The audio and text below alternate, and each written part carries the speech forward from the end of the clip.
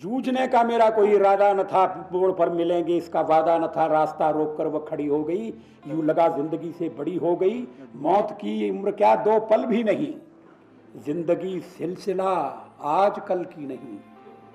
मैं जी भर जिया मैं मन से मरूं, लौट कर आऊंगा कूच से क्यों डरूं।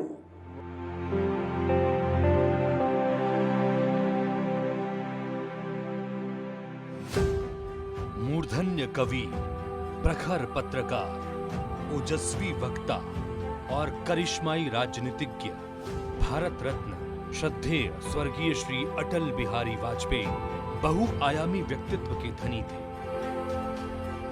पूर्व प्रधानमंत्री श्री अटल बिहारी वाजपेयी 4 दशकों तक राजनीति में सक्रिय रहे। इस दौरान वो लोकसभा में 9 बार सांसद और राज्यसभा के लिए 2 बार चुने गए, जो अपने आप में एक कीर्तिमान है। अटल जी एकमात्र ऐसे नेता हैं जिन्हें 4 अलग अलग राज्यों उत्तर प्रदेश, गुजरात, मध्य प्रदेश और दिल्ली से चुनाव जीतकर लोकसभा पहुंचने का गौरव हासिल है। लोक शक्ति की लहर ने लोकतंत्र की हत्या करने वालों को इतिहास के कूड़ेदान में फेंक दिया है।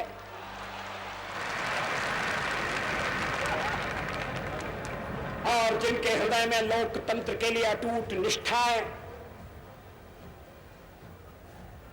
और जो सामाजिक समता और आर्थिक बराबरी में विश्वास करते हैं, उन्हें सेवा करने का मौका दिया है। 25 दिसंबर 1924 को मध्य प्रदेश के ग्वालियर शहर में जन्मे श्री अटल बिहारी वाजपेयी ने अपने छात्र जीवन में साल 1942 में भारत छोड़ो आंदोलन में हिस्सा लिया। उन्होंने मासिक पत्रिका राष्ट्रधर्म, हिंदी साप्ताहिक पांचजन्य और दैनिक अखबारों जैसे स्वदेश और वीर अर्जुन का संपादन किया। उन्होंने कई किताबें भी लिखी, जिनमें मेरी संसदीय यात्रा 4 भाग में, मेरी 51 कविताएं, संकल्प काल, शक्ति से शांति प्रमुख हैं। हास्य रुदन में, तूफानों में, अमर असंख्यक बलिदानों में, उद्यानों में, वीरानों में, अपमानों में, सम्मानों में, उन्नत मस्तक, उभरा सीना, पीड़ाओं में पलना होगा, कदम मिलाकर चलना होगा। अंधियारे में, उजियारे में, अंधकार में, कलकछार में, बीचधार में, घोर घड़ा में, पूत प्यार में, क्षणिक जीत में, दीर्घहार में, जीवन के शत आकर्षक अरमानों को दलना होगा, कदम मिलाकर चलना होगा।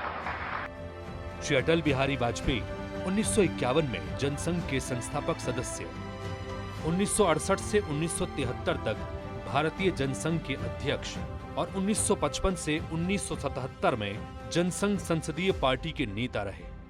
1980 से 1986 तक उन्होंने भाजपा के अध्यक्ष के रूप में जिम्मेदारी संभाली। इसके साथ ही 1980 से 1984, 1986, 1993 से 1996 में भाजपा संसदीय दल के नेता रहे। 1994 में उन्हें भारत का सर्वश्रेष्ठ सांसद चुना गया। 11वीं लोकसभा के दौरान 1996-97 में वो नेता विपक्ष के पद पर रहे। अंग्रेजी के अच्छे जानकार होने के बावजूद उन्हें हिंदी से बेहद लगाव था। 4 अक्टूबर 1977 को जब उन्होंने विदेश मंत्री के रूप में संयुक्त राष्ट्र की महासभा में हिंदी में भाषण दिया, तो दुनिया के नेताओं ने तालियां बजाकर और खड़े होकर उनका अभिनंदन किया। उनका ये भाषण ऐतिहासिक हो गया। हमें सुनिश्चित करना है कि इनमें से प्रत्येक स्तंभ मजबूत तथा टिकाऊ बना रहे। हम अपने सामूहिक जिम्मेदारी के प्रति सजग हैं, लेकिन इस सैद्धांतिक समझ को वास्तविक व्यवहार में लाने में अक्सर असफल रहे हैं। हमें दोबारा असफल नहीं होना चाहिए। हमारी भावी पीढ़ियां इसके लिए हमें कभी माफ नहीं करेंगी।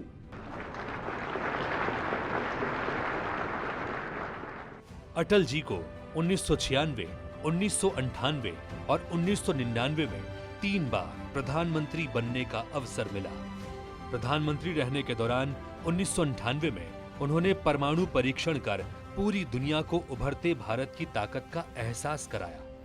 इसी दौरान कारगिल में पाकिस्तान की बड़ी घुसपैठ को नाकाम करते हुए उन्होंने देश का मान बढ़ाया।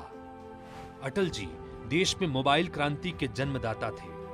उनके कार्यकाल में राष्ट्रीय राजमार्ग और स्वर्णिम चतुर्भुज योजनाओं के जरिए बड़े पैमाने पर बुनियादी ढांचे के विकास से राष्ट्र का पुनर्निर्माण शुरू हुआ।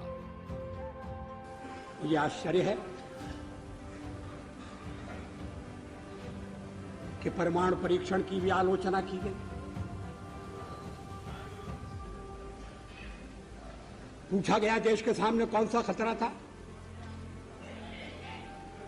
मैं 1974 में सदन में था जब श्रीमती इंदिरा गांधी के नेतृत्व में परमाणु परीक्षण किया गया था। हमने उसका स्वागत किया था, प्रतिपक्ष में थे फिर भी स्वागत किया था, क्योंकि देश की रक्षा के लिए वो किया गया था। श्री अटल बिहारी वाजपेयी जी का छत्तीसगढ़ से विशेष आत्मीय लगाव था। साल 1962 में अटल जी रायपुर प्रवास पर आए थे। यहाँ उन्होंने रामसागर पारा स्थित किरोड़ीमल धर्मशाला में अखिल भारतीय विद्यार्थी परिषद की बैठक में मार्गदर्शन किया था। इसके बाद 1972 में धमतरी प्रवास के दौरान संगठन कार्यों को लेकर मार्गदर्शन दिया। 10 सितंबर 1979 को उन्होंने कवर्धा में एक जनसभा को संबोधित किया। अटल जी अक्सर छत्तीसगढ़ प्रवास पर आया करते थे। खासकर बस्तर और श्री बलिराम कश्यप से उनका विशेष लगाव था। कहते हैं कि श्री बलिराम कश्यप की बात अटल जी कभी नहीं काटते थे। बलिराम कश्यप जी को प्रधानमंत्री श्री नरेंद्र मोदी अपना राजनीतिक गुरु मानते हैं। एक बार बस्तर प्रवास के दौरान अटल जी ने बड़ी ही सहजता और सरलता के साथ जमीन पर बैठकर संगठन के सहयोगियों के साथ भोजन किया था। 1998 में एक अन्य प्रवास के दौरान पंडित अटल बिहारी वाजपेयी जी ने रायपुर स्थित सप्रेशाला में एक चुनावी जनसभा को संबोधित किया। उन्होंने कहा कि आप मुझे 11 सांसद दो, मैं आपको छत्तीसगढ़ दूंगा।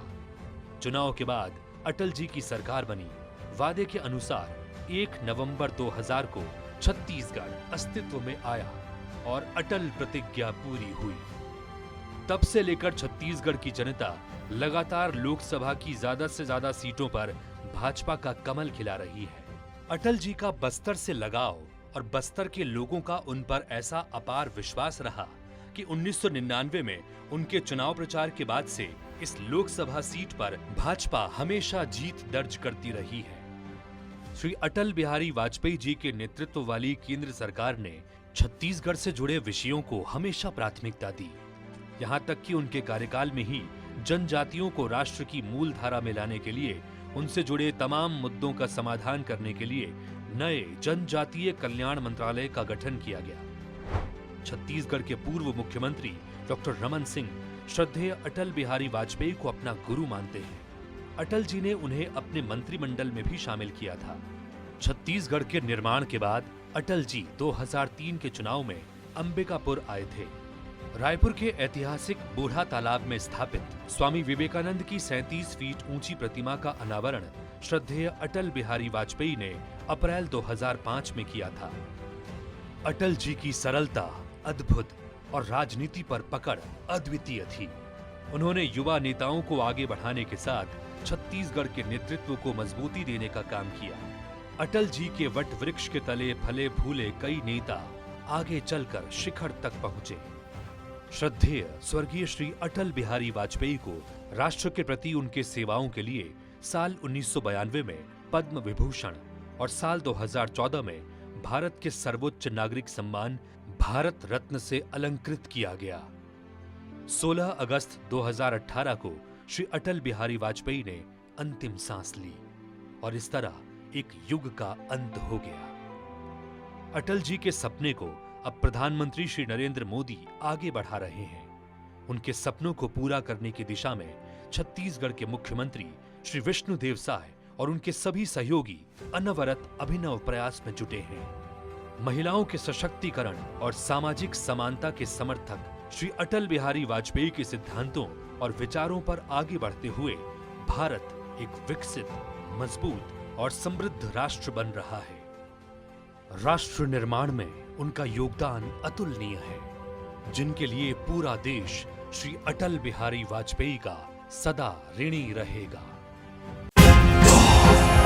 भाजपा संगवारी से जुड़ने के लिए इस चैनल को सब्सक्राइब करें और बेल आइकन पर टैप करें। लाइक और शेयर करना ना भूलें।